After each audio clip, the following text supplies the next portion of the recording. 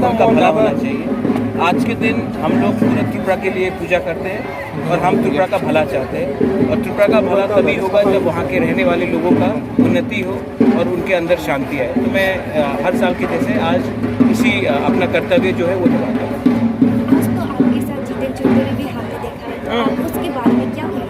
देखिए, आप लोग पॉलिटिक्स को बहुत इम्पोर्टेंस देते हैं। पॉलिटिक्स इतना इम्पोर्टेंट नहीं है जितना हमारा कम्युनिटी है, जितना हमारा कर्तव्य है। आप लोग पॉलिटिशियन को इतना इम्पोर्टेंस मत दीजिए। आज बिप्लब देव आए हैं, अभी जितेंद्र चौधरी आए, सुदीप राय बर्मन आए हैं, प्रतिमा भौमिक आई है, मुख्यमंत्री भी आ सकते हैं। आज के दिन पॉलिटिक्स को भगवान से आप थोड़ा नीचे रखिए। भगवान ऊपर है, पॉलिटिक्स नीचे। आज दशमी है आज के दिन, तो प्लीज़ आप लोग मीडिया में हैं, आप लोग पॉलिटिशियन को बहुत इम्पोर्टेंट देते हैं। मैं पॉलिटिक्स को इतना इम्पोर्टेंस नहीं देता हूँ, दोफा को इम्पोर्टेंस देता हूँ।